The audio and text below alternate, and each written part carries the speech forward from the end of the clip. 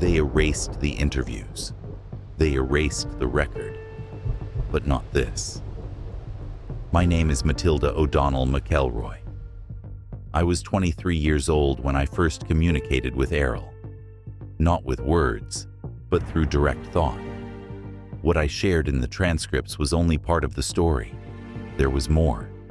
More that I remembered, and more that I wasn't allowed to say. In the decades after 1947, something changed in me. I began to recall things I was never taught. Not from this life, from others. That's when I began to understand what Airl really meant. That we're not just human.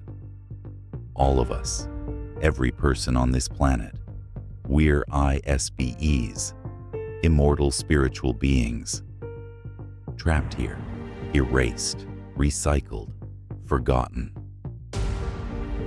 I didn't understand it at first. Why Airl chose to speak to me. Why I could hear her, and no one else could. It wasn't just about proximity or chance. There was something in me she recognized. Years later, the memories came back, fragmented at first, then clearer. I wasn't just a nurse. I had lived before, on Earth, in other bodies, across thousands of years. And before that, I served in the domain.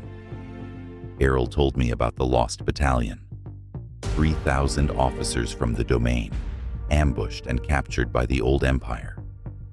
They weren't killed. They were scattered, hidden in human bodies, their memories wiped, their purpose forgotten. I was one of them. That's why I could hear her. That's why she trusted me. Airl never showed emotion, but when she told me this, something shifted in her tone.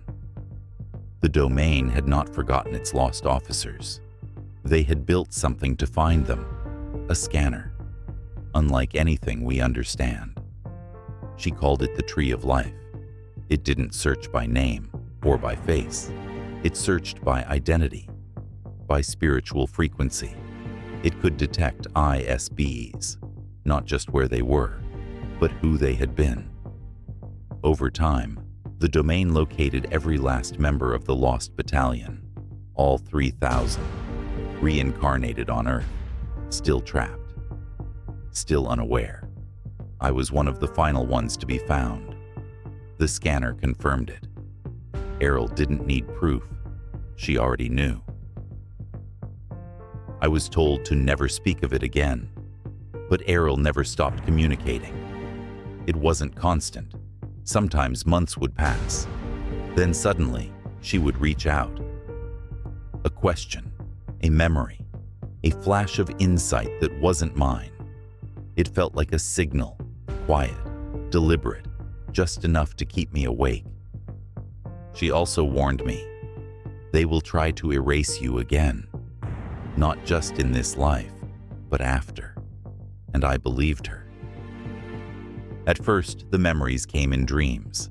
A corridor, a uniform, a room with no ceiling. None of it made sense, until it did. I remembered being on a domain vessel, other bodies, other names, a medical wing, training protocols, the smell of metal, the texture of light. It wasn't imagination, it was data, compressed, buried, and slowly returning. I remembered why I volunteered, why I came to Earth, and why I never left. Airl didn't wake me. She reminded me. The rest, I had to find on my own. I kept quiet for decades. I followed orders. I stayed invisible. But I always knew. They'd come for my memories again. The system doesn't just erase who you were. It erases who you might become. Before that happens, I wanted to leave something behind. A record, a signal, a chance. You don't have to believe me, but if you've ever felt it, the sense that you don't belong here, that something's wrong with this place. You might be one of us, and if you are, you need to remember.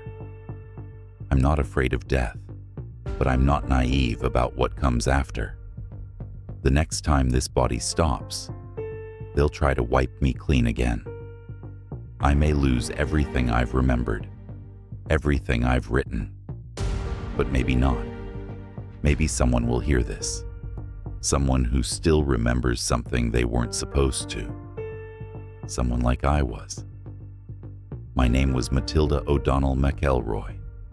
And now, you know the part they tried to erase.